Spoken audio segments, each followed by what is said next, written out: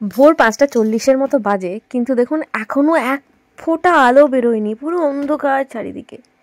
এই লাঞ্চ বক্সটা আমি অ্যামাজন থেকে নিয়েছিলাম নদীর জন্য। অনেক দিন ধরে আমাকে রিকোয়েস্ট করছিল লুচি দেওয়ার জন্য। ওর যে টিফিন বক্সটা করে আমি ওকে টিফিন দিই না, ওটার মধ্যে না কোনো ঝোল জিনিস দেওয়া যাবে না, উছলে পড়ে যাবে। তো এই লাঞ্চ বক্সটা আমি ওই পারপাসে কিনেছি যে ও যখন মানে পরোটা তরকারি বা লুচি তরকারি খেতে চাইবে তখন এটাতেই দেবো।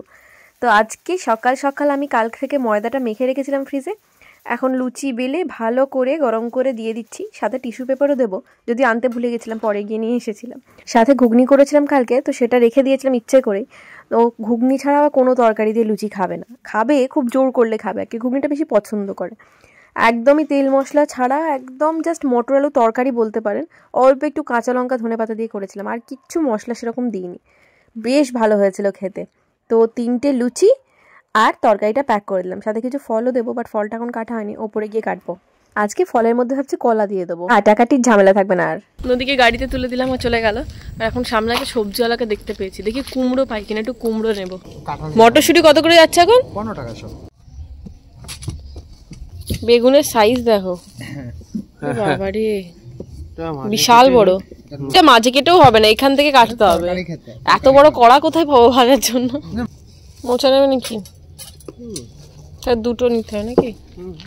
কাঁঠালি কলা বেশ ভালো। এইগুলো ভালো। 1 কেজি 300 আছে দিদি ভাই। ঠিক আছে, দিয়ে দিন।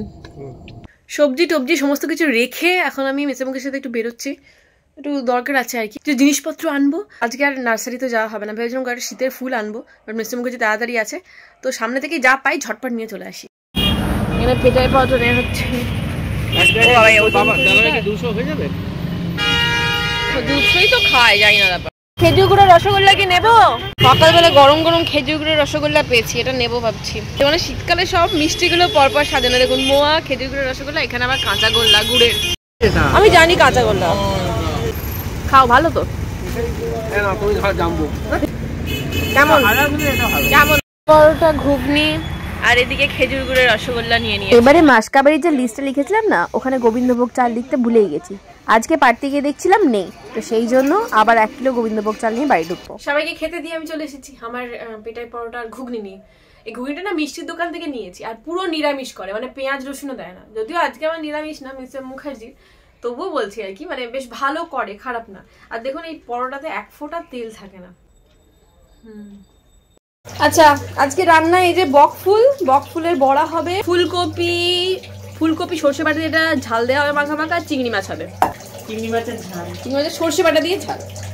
এই ফুলকপি আলু মটরশুঁটি টমেটো দিয়ে ঝাল দেওয়াটা আমার মায়ের হাতে অসাধারণ। মানে তখন আমি না ঝাল দেওয়াটা পছন্দ করতাম না, কিন্তু এখন যখন পছন্দ করি তখন আর মায়ের হাতে খাওয়া হয়, তাই নিজেই রান্না করে নিজেকে খাওয়াচ্ছি। এ নাও, খাবে? এখানে বকফুলের বড়া ভাজা রেডি, আর এই হলো আমার ফুলকপি আলু টমেটো দিয়ে মাখা মাখা ঝাল দেয়া। চিংড়ি মাছটা দিদি করবে, আমি চললাম ব্যাংকে, বুঝলে? আমিও ব্যাংকে যাবো বুধবার দিন। এই জানছো মাসি এসেছে, এটা ধরো। এটা আমি বেড়াতে গেছিলাম, তোমার জন্য একটা, সুরদাদির জন্য একটা নিয়ে এসেছিলাম, তুমি তো কালকে আসোনি তাই দিতে পারিনি।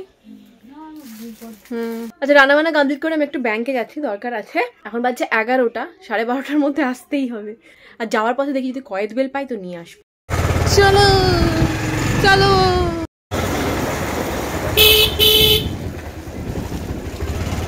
ফিরে এসে রুটির সাথে ওই কুমড়ো আলু দিয়ে যে ডালটা আমি বানাই, ভেজিটেবল ডালটা, সেটাই এখন বানাচ্ছি।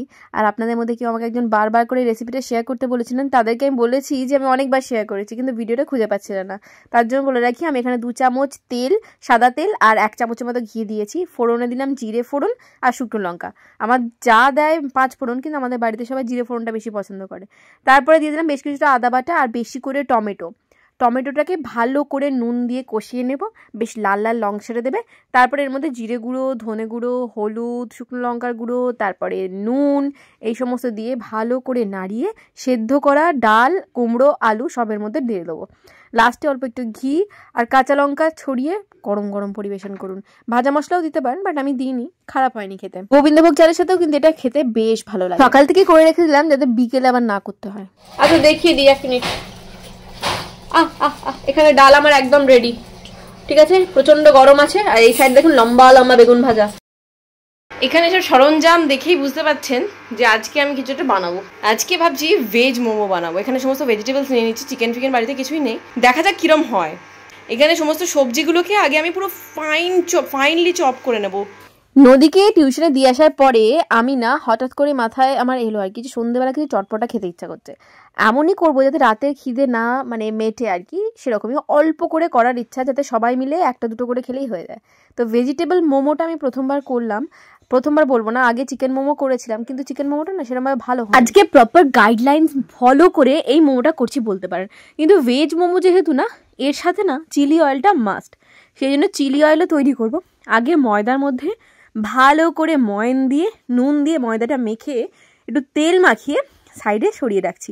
আর এদিকে সব কটা সবজি চপ করে নিয়েছি বেশ ভালো করে। এরপরে কড়ার মধ্যে অল্প একটু তেল দিয়ে সবজিগুলোকে একটু নেড়ে চেড়ে নেব। এটা অনেকে স্কিপও করে, অনেকে শুধু সবজি মানে কাঁচা সবজিটাকে নুন দিয়ে ভিজিয়ে রেখে তারপরে জল ছেঁকে ওটাকে ডাইরেক্ট দিয়ে দেয়, কিন্তু আমি এখানে একটু আলাদা প্রসেসে করছি। তেলের মধ্যে সবজিগুলো দিয়ে নুন দিয়ে একটু নেড়ে নেব, সাথে দেব অল্প একটু সোয়া সস আর বাজারে কেনা গোলমরিচ না, এমনি গোটা গোলমরিচকে গুঁড়িয়ে নিয়ে এর মধ্যে ছড়িয়ে দেবেন, অসাধারণ টেস্ট হবে। নাহলে শুধু সবজিটা যদি দিয়ে দেন না, টেস্টটা একদম ফ্ল্যাট থাকবে। তো সেই জন্যই আমি গোলমরিচ গুঁড়ো আর একটু সোয়া সস দিচ্ছি, যাতে এটা টেস্টটা দ্বিগুণ হয়ে যায়। যদিও সত্যি কথা বলতে আজ পর্যন্ত কোনো দিন কোনো স্টলে গিয়ে আমি ভেজ মোমো খাইনি, হয় খাইনি, যেদিন ভেজের দিন আমি খেতামই না মোমো, আর যেদিন খেতাম কিন্তু চিকেন খেতাম। কিন্তু আজকের পরে আমি এটার এত প্রেমে পড়েছি, এরপর থেকে মাঝে মাঝে চিলি অয়েল দিয়ে এই মোমোটা বানানোর চেষ্টা করব। যদিও নদীর আর বাবার এটা পছন্দ হয় না, বাবা তো খাবেই না, প্রথমত মানে আমার শ্বশুরমশাইয়ের কথা বলছি, উনি তো খাবেনই না, কারণ ভেজ জিনিস দেওয়া। তো এই মোমোটা টেস্ট করেছিলাম আমি, মিস্টার মুখার্জি, দাদাভাই আর মা, প্রত্যেকেরই ভালো লেগেছে, শুধু নদীর ছাড়া।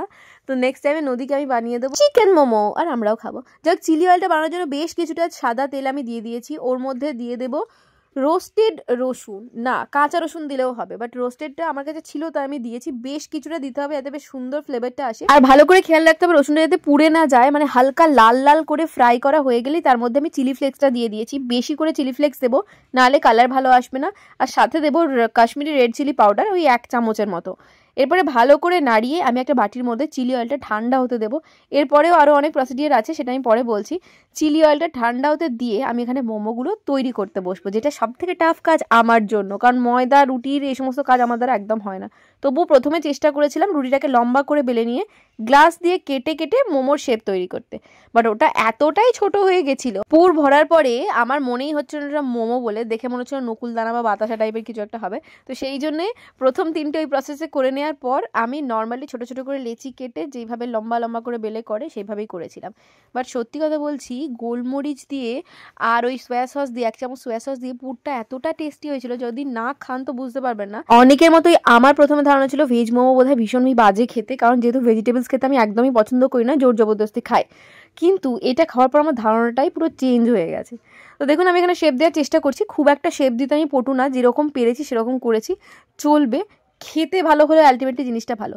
তবে হ্যাঁ, এর থেকেও একটু পাতলা বেললে ভালো হতো, কারণ ময়দার ওপরে যে কোটিংটা একটু সামান্য মোটা লাগলো, দোকানে যেরকম হয় পুরোপুরি কিন্তু সেরকম লাগেনি, একটু মোটা লেগেছিল, কিন্তু নরমই ছিল, খারাপ ছিল না। আমার মা তো এই সমস্ত জিনিস জীবনে টেস্টই করেনি, বাবা বেশ কিছু বছর হলো নিরামিষ খাওয়া ধরেছে, বাট আমি যখন একদমই ছোট নদীর বয়সী তখন থেকে মা নিরামিষ খায়। নিরামিষ মানে তো পেঁয়াজ রসুনও খায় না।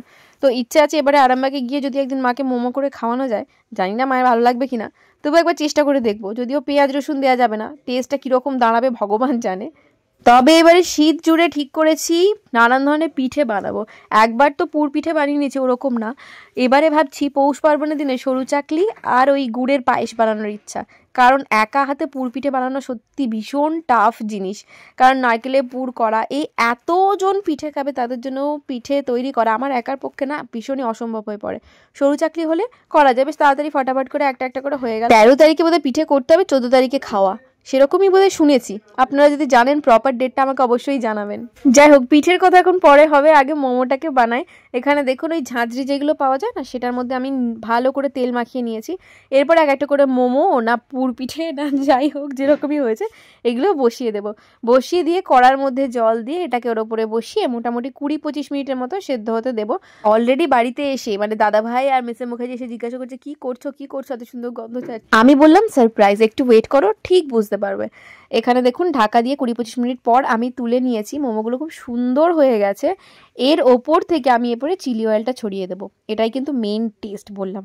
এমনিও খারাপ লাগছিল না, বাট চিলি অয়েলটা দিলে না এর টেস্টটা যে কী হারে বেড়ে যাবে আপনার কোনো আইডিয়াই করতে পারবেন না। বুঝতেই পারবেন না যে নর্মাল চিকেন মোমো খাচ্ছেন নাকি ভেজ মোমো খাচ্ছেন। জেনারেলি আমরা যে স্ট্রিট সাইড মোমোগুলো খাই না, ওখানে বেশিরভাগই ওই স্যুপ দেয়, একটা পাতলা পাতলা চিকেন স্টক থেকে যে স্যুপটা হয় আর কি, স্যুপ দেয়, মোমো দেয়, 2 রকমের চাটনি দেয়, একটা হচ্ছে সবুজ চাটনি, একটা হচ্ছে লাল চাটনি। কিন্তু কোনো চাইনিজ রেস্টুরেন্টে যাবেন দেখবেন, চাইনিজ রেস্টুরেন্টে গেলেই তখন ওরা কি করে, এই মোমোগুলোকে চিলি অয়েল দিয়ে সার্ভ করে। আমি প্রথম 3-4 বছর আগে এই মোমোর মধ্যে চিলি অয়েল দেওয়া ফার্স্ট যেখানে খেয়েছিলাম সেটা হচ্ছে সাংঘাই। অসাধারণ লেগেছিল, সেই মুখে লেগেছিল মোমোর টেস্টটা। তো এখনও পর্যন্ত যখনই সাংঘাইতে যাই না, প্রথমেই আমি অর্ডার করি মোমোটা। আমি আপনাদেরকে সাংঘাইয়ের ব্যাপারে বলছি আর আমার মুখে না পুরোপুরি জল চলে আসছে যে সাংঘাইয়ে গিয়ে আবার কবে খাবারগুলো টেস্ট করবো। যাই হোক, এখন এটা তো টেস্ট করি, তারপরে সাংঘাই টেস্ট করবো। যাই হোক, আজকে আমার মোমো হিট হয়ে গেছে। কি বলে, ভেজিটেবল থাকা তো চিলি অয়েলটা দিলে এত সুন্দর লাগছে, আমি 2-3টে খেয়ে নিয়েছি। বাকি সবারই পছন্দ হয়েছে। হ্যাঁ, মায়ের একটু ঝাল লেগেছে হালকা করে, কারণ মা একদম ঝাল খেতে পারছে না আজকাল। নদীরও বিশাল ঝাল লেগেছে, দাদা ভাই আর মিস্টার মুখার্জি খুব পছন্দ হয়েছে। নদী সার্থক হয়েছে ঘুগনি আর লুচির মোহমায়া। যে ডালটা করেছিলাম নদীকে, ওই দিয়ে আমি লুচি 2টো ভেজে দিয়েছিলাম। ও লুচি খেতে বেশি ভালোবাসে, আর ওই ডালটাকে আমি নাম দিয়েছি ঘুগনি। ও বুঝতেই পারবে না যে ডাল না ঘুগনি। আর এখানে দাদা ভাই আর মিস্টার মুখার্জি রুটিগুলোকে একটু অল্প ঘি দিয়ে ভেজে দিচ্ছি। ওরা জানেন ওরা সিম্পল খেতে পছন্দ করে না, সবসময় ভাজাভুজি খেতে পছন্দ করে। আর এখানে দাদা ভাই বললো অমলেট খাবে, তো 2টো ডিমের অমলেট করে দিচ্ছি। কেন জানি না গরমকালে এটা ওটা খেতে ইচ্ছাই করে না। শীতকাল যবে থেকে শুরু হয়েছে শুধু নানান ধরনের খাবারের কথা মাথায় চিন্তা হচ্ছে, আজ এই খাবো, কাল সকালে এই খাবো। 11টা 15 বেজে গেল। আজকে কত রকমের যে রান্না টুকটাক হলো তার ঠিক নেই। আজকে একটা অন্য কাজও ছিল আমার, সেটা না করা হয়ে উঠলো না, কালকে করব। আজকের মতো এখানে ভিডিওটা শেষ করছি। ভালো লাগলে প্লিজ লাইক শেয়ার করে দেবেন। দেখা হচ্ছে নেক্সট ভিডিওতে। Bye, good night.